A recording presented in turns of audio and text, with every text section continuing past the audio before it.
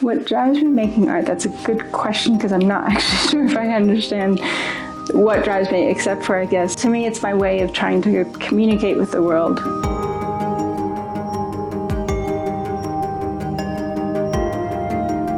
My name's Naomi. I actually have 3 passports. I'm American, Swiss, and German. Right now I'm in Göttingen in, I don't know if that's how you say it, but in about an hour and a half from Copenhagen. So I have a very sort of mixed background, and I guess I was always involved in the arts because I did theater as a child. I did a lot of writing. And then I guess eventually I started doing some painting and artwork, went to art school, but that was much later actually. I got a formal education in art in Basel in Switzerland, and that was in 2002.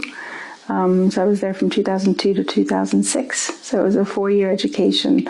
But my first degree was in international relations and creative writing.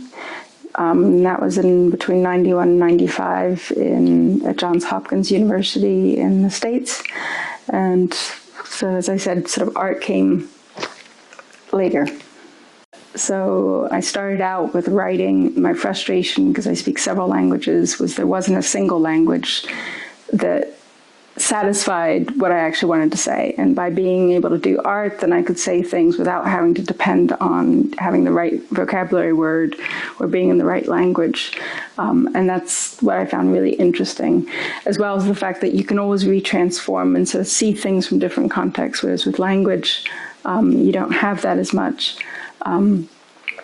As well as, I mean, there's a quote by Louise Gluck, who's a poet, who talks about, in art, in a sense, you're risking everything because you create something and it's there. Whereas in poetry, for example, you could save thousands of different drafts and then rechange it. Whereas in artwork, I know if I draw something or if I cut away a part of a map, it's never going to be the same map. And I find that interesting as a challenge. I work with as much painting as drawing as found objects. Often I find a new medium or some new texture that interests me. So recently it's really been maps. And then it's all about how can I transform that, or how can I work with that?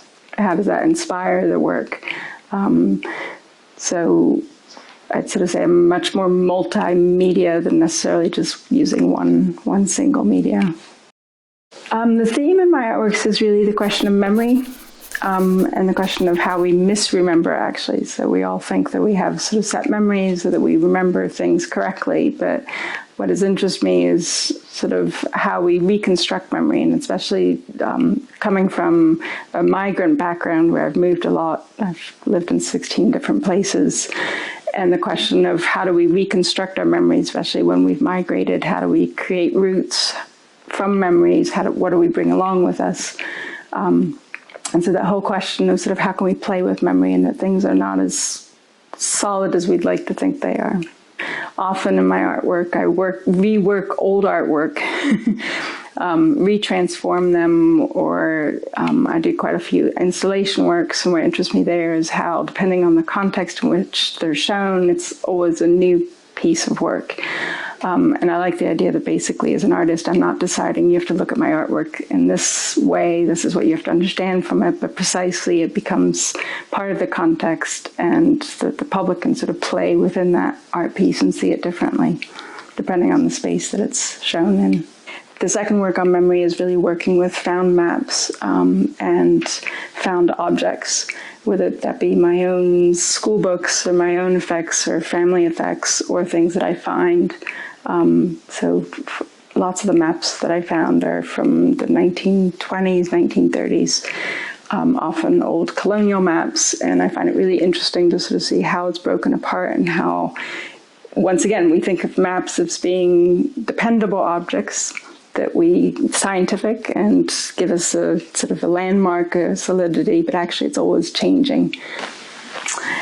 The audience reaction is somewhat important to the extent that, to me, there is a play that happens between the public and my artwork.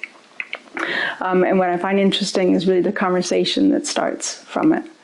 And that doesn't mean that it has to be a positive reaction, but, what is it, how does it start a conversation about migration, or how does it start a conversation about memory?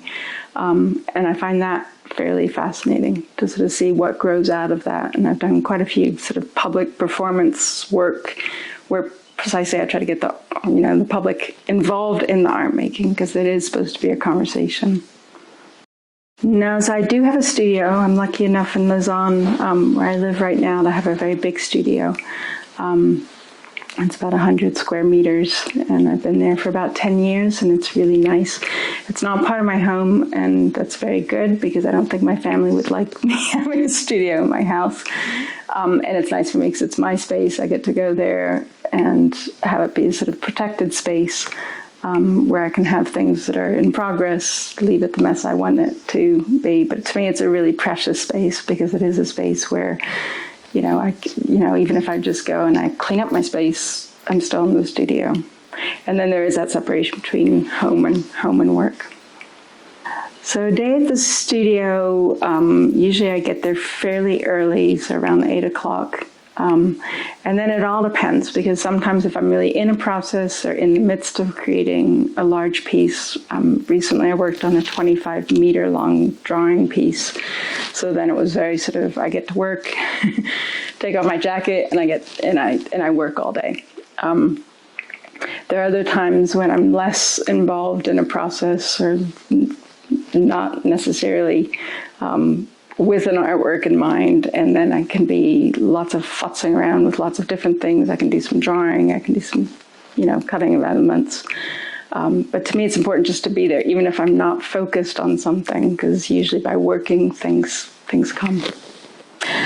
Usually start a piece of artwork, well, it depends, because sometimes I'm really in a series, and so it will be drawing, and then I'll start, like for the memory drawings, I was working from memory, so then I'll take elements and start into that. So I have work that's focused like that because I know where I'm going. Or recently, I found from my grandfather, who'd written the whole family history from 1412 in Germany all the way to today. So then I was writing it out, and so it was more, I came up with the idea, went to the studio and started the artwork. Other times I'm trying different things out. I randomly cut things out, or glue, or try resin, or I don't know how some crazy idea comes to me at around 3 o'clock in the morning, and I think, I'll try that out. And then I end up with a pile of stuff that I'm not sure of, but, I call that the research side of art. So the open call I'd seen on Instagram a few times, and I thought the concept of it was really actually quite interesting, and then Berlin's obviously an interesting city to exhibit in. So it's my second time participating, because I participated in Fresh Legs, I guess, in 22, with some work on gauze. And then this time I presented some of the cutting out of the maps. And it was nice to see that even though it's two very different processes, both of them were of interest to the gallery.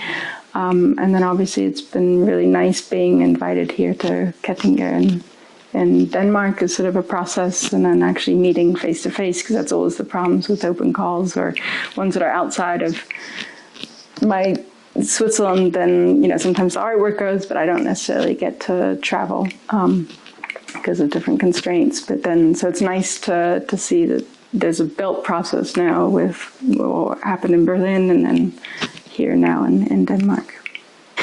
Well, what differentiates, I think, is the contact with the gallery, because I would sort of say that so I've exhibited in different galleries, but the fact that there's so much follow-up and conversation between me as an artist and the gallery is really interesting, because it's not like you're sort of sending it off and it sort of ends up in a black hole and you don't quite know what happened. So that's really nice. And then I think the idea that some artists get invited to actually meet Heike, then I think that's nice too. As I said, as a human contact to it, because art should be about humans. So that's nice, and that makes it different.